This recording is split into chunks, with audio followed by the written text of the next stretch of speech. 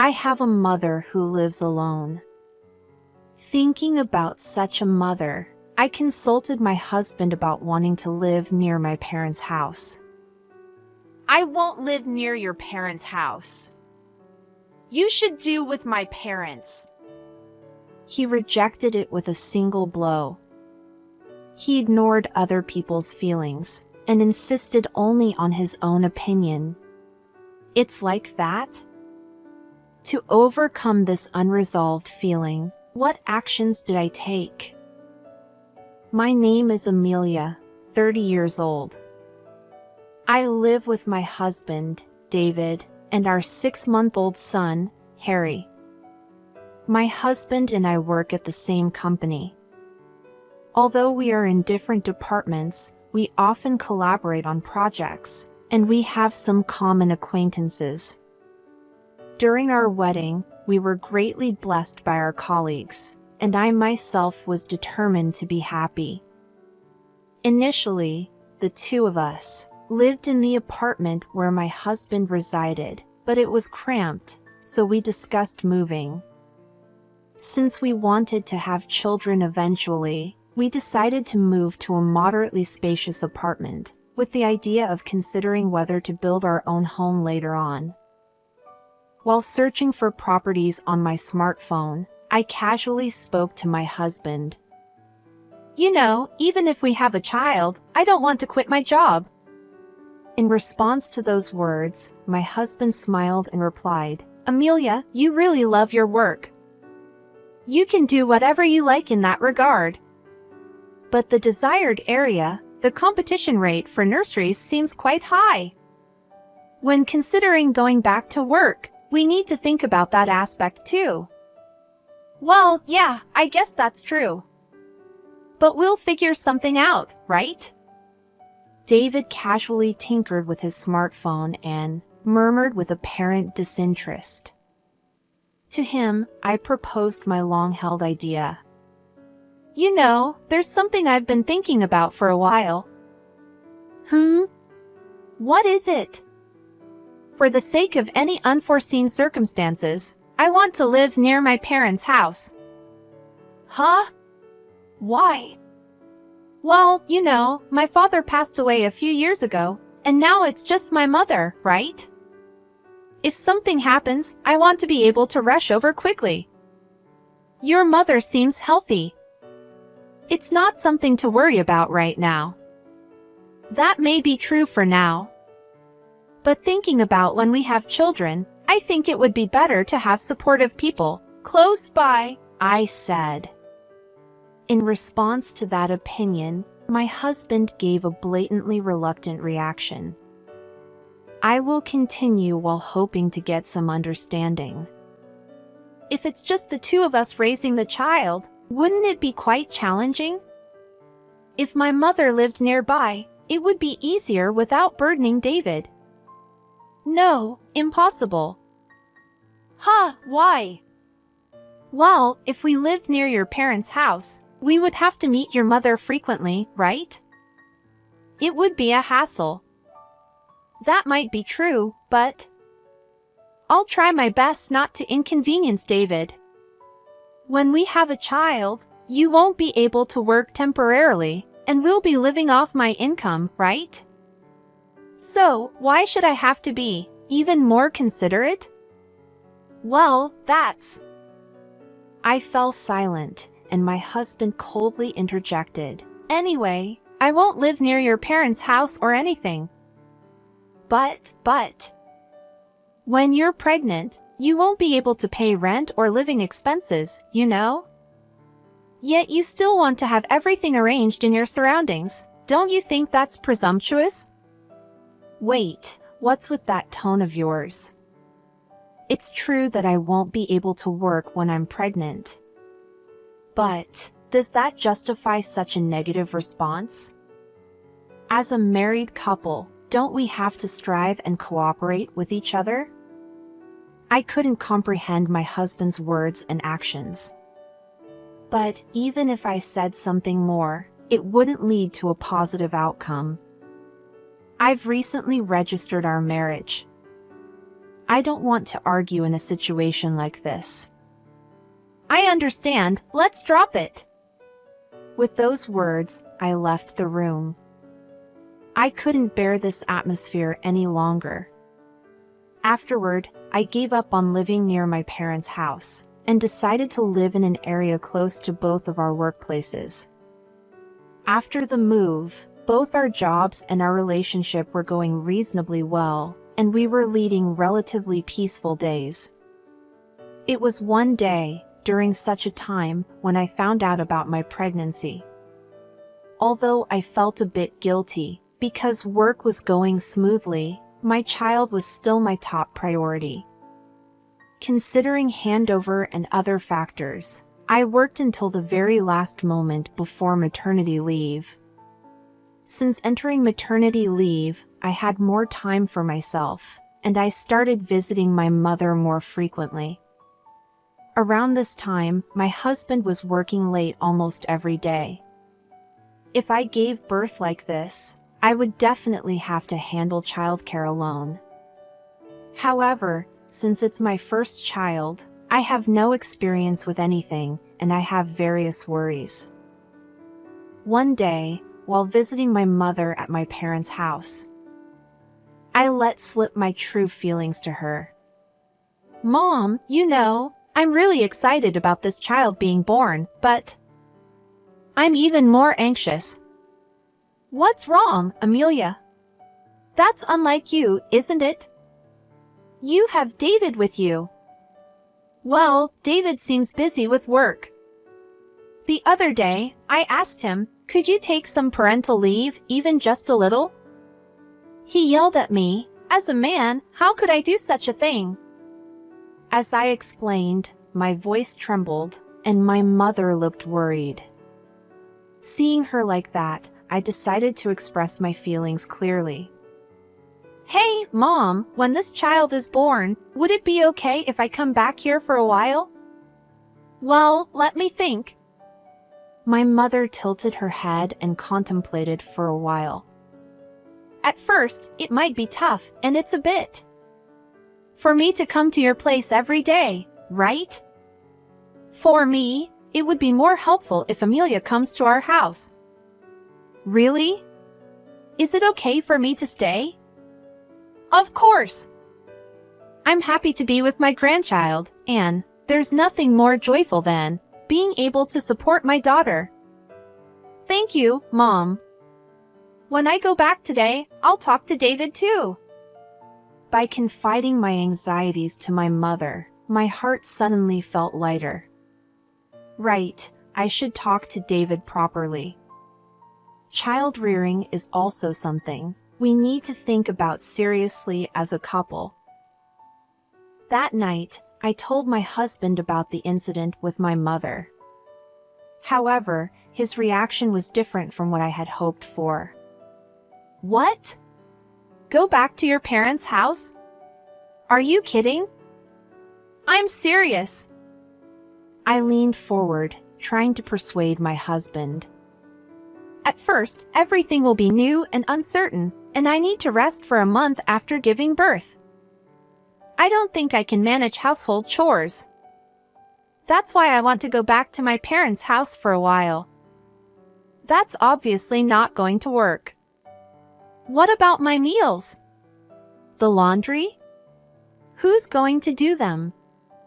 Well, couldn't you do your best and handle them for a while? What? I'm working outside, and on top of that, do I have to do housework, too? You're being too cruel. Even if you say that.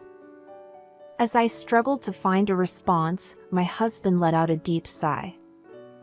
I got it, so I should help, right? Huh? Help.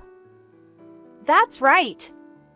Child rearing, Child rearing and household chores for the first month after giving birth. I'll support you, right? If we do that, there's no need for you to go back home, right? Well, I guess so, but... Okay, then it's decided. Since I'll help, there's no need for you to go back home. This conversation is over. I understand. Although I wasn't completely convinced from the bottom of my heart, there's nothing better than being able to raise a child together as a couple. I had some concerns, but I'll trust my husband's words. I gave up on going back home and called my mother to inform her about it. I see. I was looking forward to it, so it's a bit disappointing. But it's a good thing, isn't it? David said he would help, right? Yeah, but I thought it would be reassuring, because you have experience raising children, Mom. There are many couples who start from scratch, without going back home. Since David will support you, both of you should do your best. Yeah, I understand. As I was about to hang up the phone, my mother stopped me. Oh, and what is it? If something happens, tell me right away, okay? I'll always be on Amelia's side. Mom. Thank you. First, I'll do my best with David. To avoid worrying my mother, I have to do my best. And so, I made up my mind to dedicate myself to raising our child with my husband. Several months later, our first son was safely born, and the whirlwind of child-rearing began. As promised, my husband cooperated to some extent. But that meant something like doing some light shopping on his way back from work, and taking out the garbage that I had gathered to the designated area. However, when it came to child rearing, my husband adamantly refused to get involved. He never even changed a diaper, let alone prepared a bottle of milk. I was also exhausted from the unfamiliarity of child rearing, so I didn't feel like complaining. And so, this kind of child-rearing life continued for about half a year. One evening, after putting my son to bed and returning to the living room, my husband arrived home. I'm home! Welcome back. I'll quickly make dinner, so please wait a bit. Huh? Right now? Couldn't you at least warm something up? You're so inefficient. There's no other choice, right? Harry just fell asleep. Even though it's been half a year, can't you even properly put him to bed? What? Never mind, I'll take a bath first. Make sure the food is ready by the time I'm out. Saying that, my husband left the room. What was that? Who does he think he is? He doesn't help with child rearing at all, and yet he expects perfection from me. Frustration built up, and I felt the urge to take it out on something.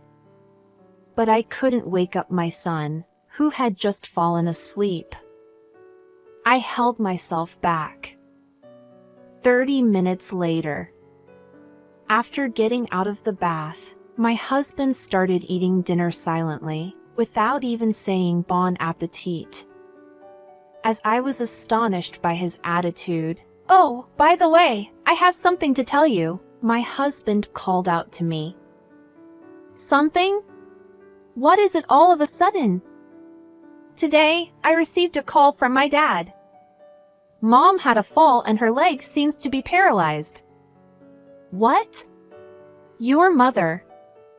According to my husband, his mother had a serious fall while out shopping with a friend, and she was taken to the hospital by an ambulance. Even after several hours, her legs still wouldn't move, and the doctor diagnosed her with a possible need for caregiving. I see. Well, your father-in-law must be going through a lot. To be honest, I was more concerned about my father-in-law than my mother-in-law. It seemed like my mother-in-law never liked me from the beginning, and her attitude during our marriage introduction was cold. Even when I announced my pregnancy, she casually said, "I don't want a girl, you know?" That's the kind of person she was. In contrast, my father-in-law was the one who reprimanded my mother-in-law, and he always stood up for me. If anything happens, don't hesitate to consult with me. If it's okay with me, I'll support you. Every time we met, my father-in-law encouraged me with those words. If my stay-at-home mother-in-law couldn't move, my father-in-law must be going through a lot as well. As I recalled the events at my in-laws' house, my husband uttered unbelievable words. And so, I came up with a great idea. What is it? Let's live with my parents at our family home. Huh? Don't you think it's a good idea?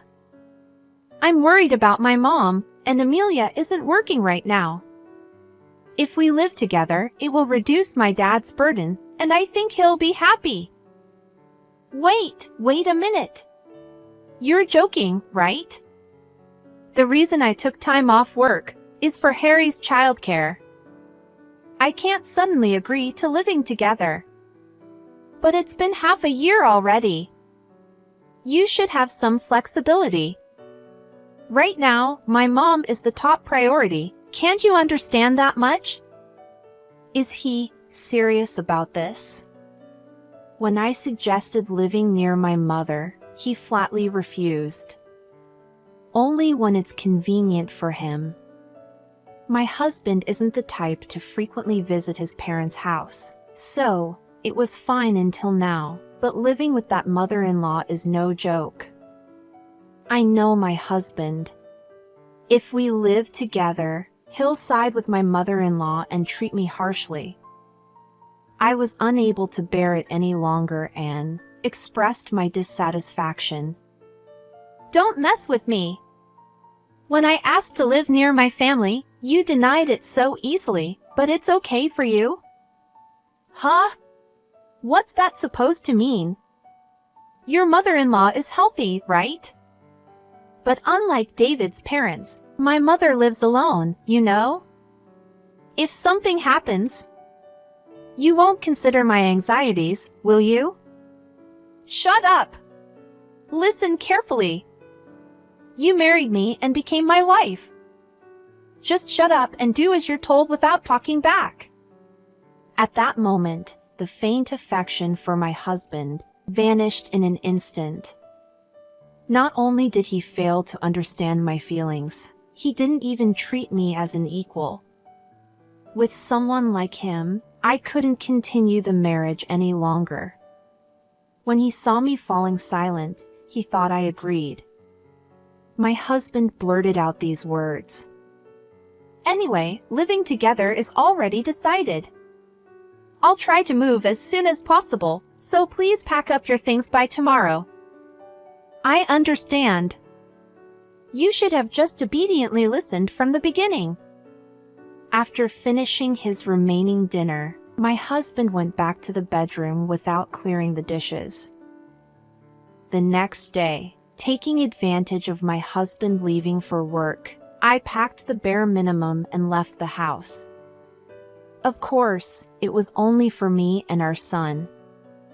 Upon returning to my parents' house with my son, my mother was initially surprised, but she kindly accepted us after hearing the circumstances. When my husband returned from work and realized that my son and I were not home, he called me on the phone. Hey! Where are you right now? Where? At my parents' house. What? What are you doing without my permission? Come back home right now. Well, Harry is already asleep, and it's impossible for me to come back now. Besides, I don't intend to return. What did you say? I was unusually rebellious and was shouted at by my husband over the phone. Listen here. If you don't come back immediately, we're getting a divorce. Are you okay with that? A divorce? That's right. I told you. Moving to my parents' house, remember? If we get divorced now, you'll be unemployed and that would be troublesome, wouldn't it? I couldn't see his face, but I could sense my husband's smugness from his tone of voice. I coldly retorted to him, "It doesn't really bother me, though." "What?" "As for the divorce, we don't have any objections on this side." "Send the divorce papers over here, will you?" What are you saying?" "If we get divorced, you'll be the one in trouble, won't you?" If he uses accusing tone, does he think I'll obey him? I was genuinely disgusted by my husband's shallow thinking. "If you're moving back to your parents' house, go ahead by yourself." "I'm not going." "What? Do you think such a thing would be allowed?" "I don't need your permission, because we're getting a divorce, you see." Is there a need to listen to the words of a complete stranger? Who are you talking to like that?" To my husband, who still looked down on me at this point, my patience reached its limit. "Enough! Who the hell do you think you are? How much more will you belittle people and be satisfied? I didn't marry you to become your slave. Stop treating women as fools." What's wrong with you, Amelia? Calm down. Calm down? After being treated like this, I can't stay silent. If we can't support each other as a married couple, I don't need a man like you. Divorce? Fine. I'll gladly oblige. Live alone in your parents' house. Don't you dare involve me in this again. With that, I hung up the phone decisively. Despite the persistent phone calls from my husband afterwards, I ignored them all. And then, this time, I started receiving creepy Romeo emails from my husband. "Amelia, I can't live without you. We don't need to live together, please come back." "Understood, let's live with your mother at your parents' house as a family of 3. 1 month later, his Romeo emails abruptly stopped, and he agreed to the divorce without warning. All of this was thanks to my father-in-law. As a result of my husband complaining to my father-in-law about the situation, he ended up being scolded instead. Listen, David, cohabitation is not something that should be unilaterally imposed. But, Dad. Shut up! You should know more about the world. That's why your wife ran away from you. Pathetic. My father-in-law, who shouted at my husband, ordered him to sign the divorce papers. My husband doesn't seem to oppose his father, and, reluctantly, my husband agreed to the divorce. I submitted the divorce papers that were sent by mail, and finally became free from each other. Afterward, I received an apology from my father-in-law. Amelia, I'm truly sorry. My idiotic son must have caused you trouble, right? It's okay, Father. It's already in the past. You, on the other hand, live your own life. Thank you for everything until now. I cannot thank my dutiful father-in-law enough. I owe my current situation to him. On the other hand, as for me, I'm working as a single mother and struggling with raising my son. With the help of my mother, I'm dedicating myself every day to gradually become a better mother. Just because you're married or just because you're a couple, it doesn't guarantee happiness. Even without a husband, just when having my beloved son and my mother by my side, I am perfectly happy.